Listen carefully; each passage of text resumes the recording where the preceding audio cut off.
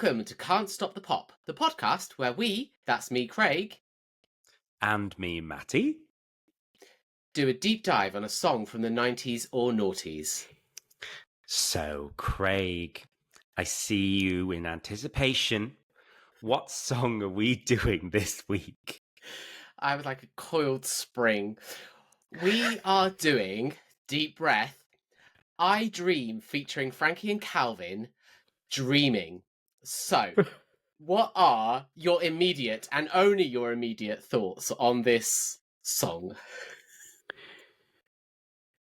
A fever dream disaster. I just think it's bizarre. I think it's a really weird song, and there's so much to unpack about what was going on with the S Club brand at this point. So, before we get into that and I get cancelled, who are I Dream brackets featuring Calvin and Frankie, or Frankie and Calvin, and why are we talking about this song? Okay, so you know S Club 8. Did you ever look at S Club 8 and think what this group really needs is 5 more members? Because that's what happened. So, I Dream are a collective. I'm not even sure I understand what they were, but they were a collective which consisted of S Club 8, the 8 members of S Club 8, and then we had 5 actors, I guess, entertainers. Matt D'Angelo, famously from EastEnders, Rachel Hyde Harvey, Helen Curup, Laura Want, and George Wood all joined the lineup. So that was I Dream. And then for the single, 13 of those members were just pushed aside, and Frankie and Calvin fronted this single, Dreaming. Does that make any sense? What boardroom was this thought up in? Oh, I have so many thoughts. I mean, I suppose it's trying to unpack why this might have happened, which is perhaps why does this exist? why did this happen? So I suppose for context, so this was released on the 15th of November 2004. At the start of 2004, S Club 8 had missed the top 10 for the first time when they released Don't Tell Me You're Sorry, peaked at number 11. And we've talked before about the Sundown album and how it didn't do as well as their debut, and it didn't quite connect in the same way. So, in some respects, logically, it makes sense to go, right, well, what worked for S Club 7? A TV show. Great. Yes. So I Dream was a TV series that on CBBC, very much like the S Club series is, except for that, they added these 5 new people, and the series wasn't about S Club 8. S Club 8 don't exist within I Dream. All of them are in there, though they all had to audition for their roles. And then this TV series happens, and this song was the theme tune. And so it's very much using the same model of Bring It All Back and Reach and You, but it's just Frankie and Calvin. Everyone else not included. It's so weird to me. It's such a knee-jerk reaction, and I feel sorry for the members of S Club 8/Juniors, because I do think I wish that the record label had a little bit more faith that people would stick with them under the S Club brand, because S Club were at their height when they were on TV as well. And I do firmly believe that they could have probably scraped together a third S Club 8 Juniors album. Yeah. And probably thrown together a greatest hits or something along those lines from that. Because pop music was changing. There wasn't as much of a need for them. But these poor teenagers had been sort of put through the run of the mill. And I do think there would have been a place for like an S Club high school show, Yeah, an S Club college, or something like that, like I Dream was. But just have your faith in these 8 kids that have auditioned for you, and they've gone on tour, and you then rebranded them, and like the yeah, juniors/8 had great songs, like a pretty impressive run of pop singles, and then to just stop it in its tracks, completely rebrand them with no reference to what had come before. yeah. I remember there being, you know what, maybe I've made this up. I could be wrong. I usually do make things Wouldn't up be the first randomly. time. It wouldn't be the first time, but I'm pretty sure that there was some slightly awkward interviews with them around the time because they didn't really know what was happening either.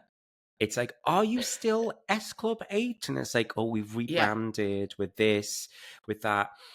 And you just can see the marketing people, the kids, everyone involved just going, we don't know what to do. And yeah, it feels so weird. And it has been just sort of like forgotten in the S Club canon this ever happened.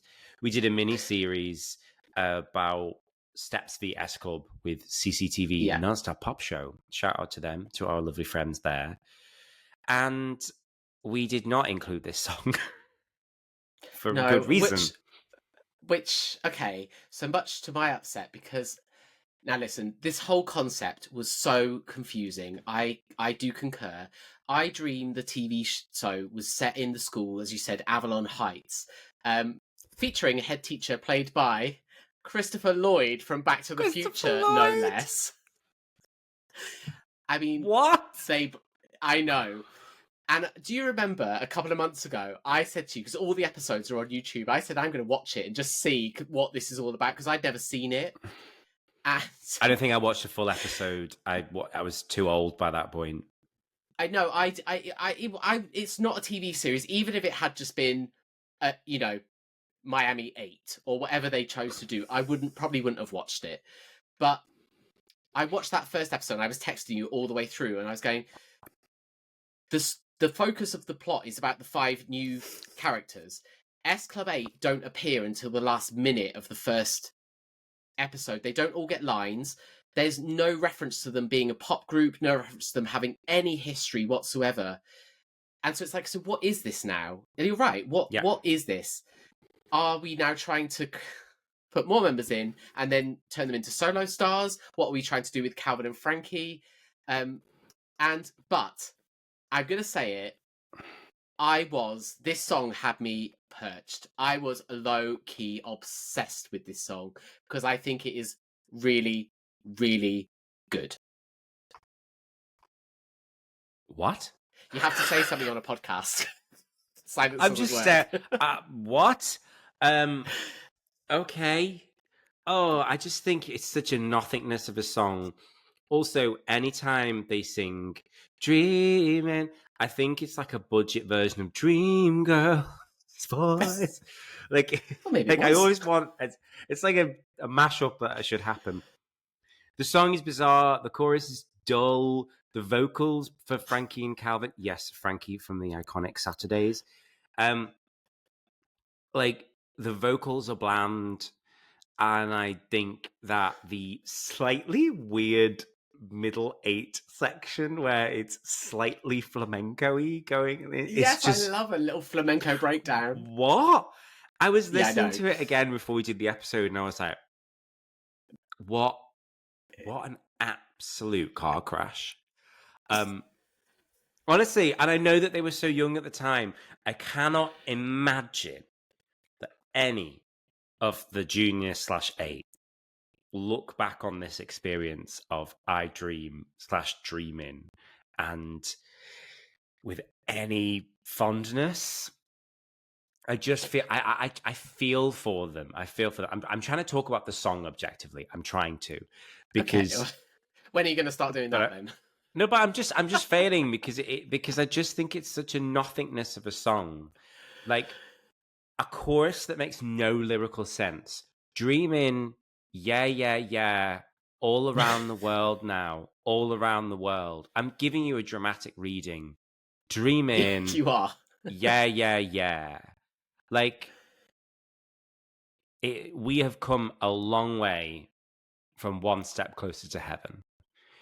And it's just quite sad. I feel sorry for the junior/8 that this was the end of the road because it was such a whimper. I mean, I do agree with that. And yeah, if you're one of the members of S Club 8 who's already perhaps not getting as many vocals as you'd like, you think, okay, well, now there's an extra 5 people that I'm not. And of course, because they're new and because they're the focus of the TV show, they get more songs than S Club 8. And we'll talk about the album, but there is not a single S Club 8 song on the album that soundtracked the TV series.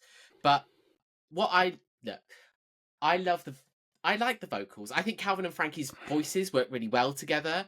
I like that sort of Calvin's vocals, and they started to do this during the end of S Club 8. There's a slight Justin Timberlake-ish vibe to them, which I appreciate for the time. And I just think they sound good together. Yes, okay, you could do a dramatic reading of the chorus, and it sounds naff. But then you hear it, and you're like, oh, this is so just cheery and uplifting. So your dramatic reading, I'm like, dreaming, yeah, cheery, yeah, all around the world now, all around. Like, I'm literally in that zone. I love it. I think it's great. It's harmless. It's fluffy. It's not where S Club 8 would have gone. This is going back to the sort of the automatic high throwaway stuff. Completely accept that. But I just think it's really catchy. And I think it works for me. Even the flamenco bizarre breakdown, which, yeah, it makes me happy. It's a pop song that makes me happy. It probably didn't make any of them happy. It was probably a miserable experience. And for that, I feel sorry for them. Good for you, Jane. But you enjoy the money.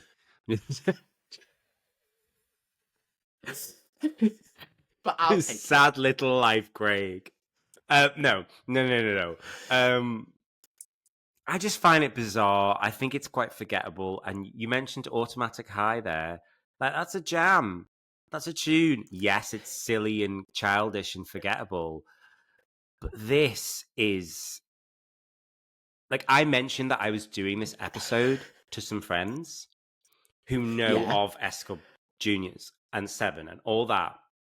Yeah. And they genuinely said, I have no idea what that song is. I have no idea that existed. I think it's so forgotten about and so brushed under the carpet. And before you say it, this is not going to have its viral moment. This is probably the only moment this song is ever going to have. But look, sometimes we talk about big songs and sometimes we talk about songs that are forgotten. This song is forgotten. And I am absolutely not going to sit here and go, this should have been a huge for a hit. Brit. I mean, if it was, it wouldn't have been the worst thing in the world. But, I mean, because if it had been an S Club 8 song, I think I would have been like, okay, I can see what they're doing with it. If it was the theme tune to a TV series, wrong time, 2004, not the time to do that, but I could see what they were going for. But what happens if this is a hit? What happens if this gets to number 1? What do you then do with I Dream? Do you go, okay, well, we'll put another song out and we'll pick another three random, 3 random members next time and put another 3 out? And then, like, what is this idea of I Dream? Was it Simon Fuller that was still in charge of them at the time? Yeah, so this is Simon Fuller. This is Simon Fuller who has seen what worked for S Club 7 and what, regardless of the quality of Miami 7 and LA 7, it worked so well. And it worked so well. We're only a few years away at this point, 2004, from High School Musical. We're not that far away from something that could work. But this idea is not going to work. And I just don't understand why it was taken away from the S Club brand. That's what's really bizarre. Like, do something completely original with new kids. If that's what you want. Do an Avalon Heights. Sorry, it makes me think of Summer Heights High. But like, it's just bizarre. It's such a misfire for Simon Fuller, who had such an incredible run of success and good decisions and great pop music. Yeah, I find it weird. Speaking of weird, Yes. should we talk about the video? Yeah. I mean, look, you're going to slate it. It does. So again, this is we think it does exactly what the video for Bring It All Back does. It's like, here is half a video, and the rest of it Yeah. will intersperse with scenes from the TV show.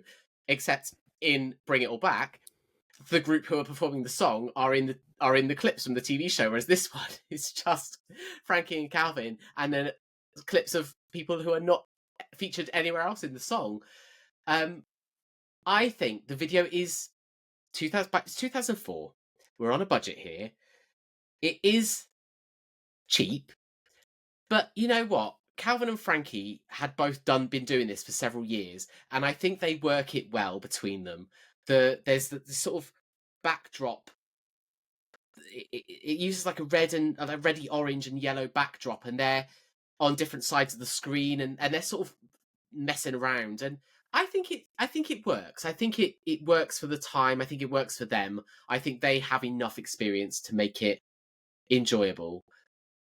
They look So like they're standing on like optical illusions that you would look at yeah. if you were in like so it's like a weird psychedelic sort of split screen between the two of them, and they've got this whole bit where if you're watching us, it will probably be side by side, but where they're like, bah, bah, bah, bah, oh yeah, they're doing all this, yeah, and they're pushing each other up,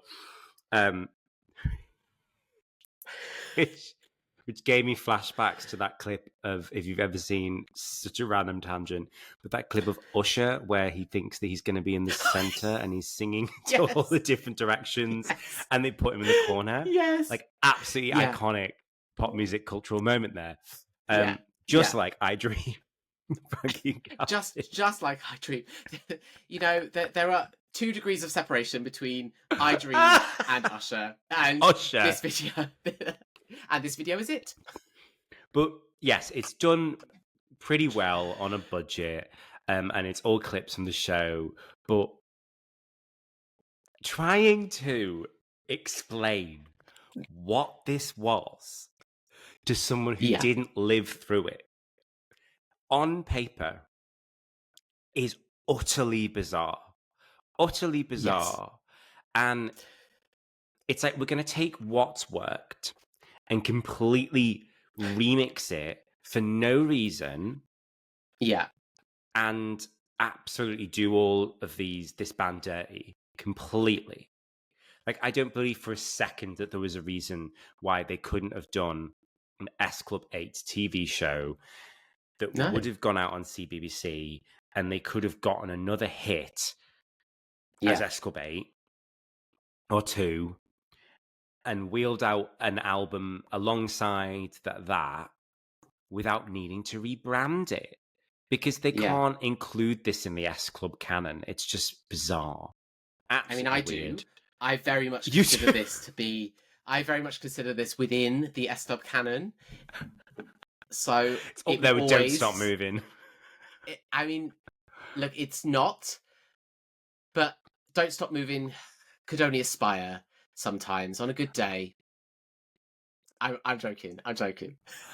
You're just doing this for the clips, babe. Honestly. No, wow. No. Sometimes you just like a song. What I think, what probably makes me laugh. I mean, so much of this is bizarre, and we're still going with it. What really makes me laugh is, okay, so the rest of I Dream aren't on the song. Fair enough. You haven't put them in the video. Well, there's not really any reason to not put them in the video. They could still be in the video. But then, and fair play to Calvin and Frankie, they promoted this song hard, because there are performance clips. They really went hard on this, and this was still just at the tail end of that time when there were all those places to go and promote. So rather than have I Dream or even S Club 8 as backing dancers, they have a random backing dancers with them. And again, you're just like, what is going on here? You've literally recruited enough members now to start a football team, and yet the moment they need backing dancers, you've gone and got 5 other people in. Like, at Club what FC. point? It does start to feel like, how big were they trying to make this? Oh, you got backing dancers as well. You got the 13 members. It's almost like Simon Fuller was like, let's just keep rolling everyone into this act, and eventually we'll just absorb all the other pop acts. It's so bizarre. I love it. They did cart it round to a lot of performances. They did.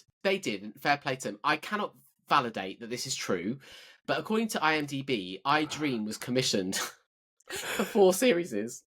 4. That's almost as mental as Adam Rickett being given like a 5-album deal. Yeah, but we can't validate. I can't say that hand on heart that is true. That's just what it says on the IMDb page. But ambitious, I think, is the word for that. Ambitious, in the words of Joe McElderry. Ambitions. So that's what we think. Was my strong words getting cancelled on my opinion, but I Dream. But what happened when it was released, Craig? So the song peaked at... No, don't laugh. So do you know what position it peaked at? I can't remember because I've forgotten this existed. Well, what would you get having sort of reappraised it? What position would you roughly guess that it got to in the chart? Because this might surprise you. No, it got top 10, didn't it? I'm sure it got top 10. No, it didn't go top 10. That's very, very flattering for it. Oh, like 15 or something like that. Okay, number 19. It got to number 19, which yeah. So, but I was expecting you to go, well, this didn't even get to the top 40. Oh no, I actually thought that it got to like number 6 or something like that, and bizarre, but no. I mean, I would live in that parallel universe, quite frankly. But number 19, and the album Welcome to Avalon Heights. Any guesses where that peaked? Like 85 or something like that. Oh, try number 133. I don't think the chart even went down that low at the time. Yeah, number 133, off the back of a TV series and a top 20 single. What a disaster. What a disaster.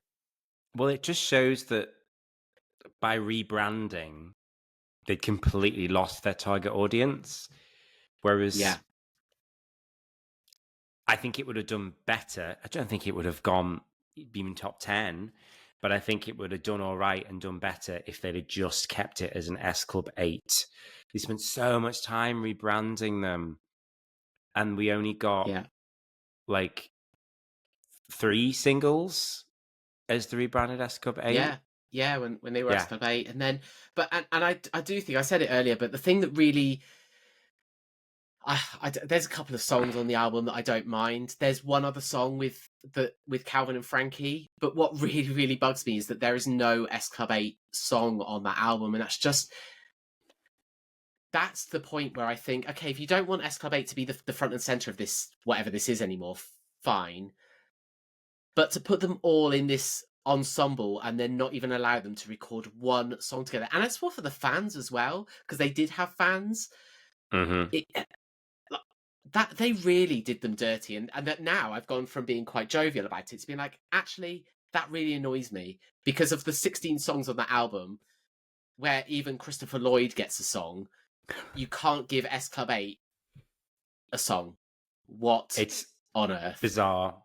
And what's really sad about it is that so many other pop acts had like a definitive end. Does that make sense? Yeah. From that era. Steps had a definitive end, the Gold Tour, and then obviously the breakup. You've got S Club 7 with their Say Goodbye and the movie. The Spice Girls winning the Brit and Contribution to Music Award. That was the goodbye for them. And then you've got a band like S Club Junior /8, which are just pushed to the side and they did have fans, and they did have success, and they had a good run, and they're just completely forgotten about. And what I find even sadder is that I can't see ever there a world in which that there's going to be any sort of on stage or even in person reunion thing. I don't know. No. Just because, but mostly because I think Rochelle and Frankie went on to be in a much bigger group in the Saturdays. But yeah, not numbers wise. Well, there were very few groups were bigger than I Dream in quantity.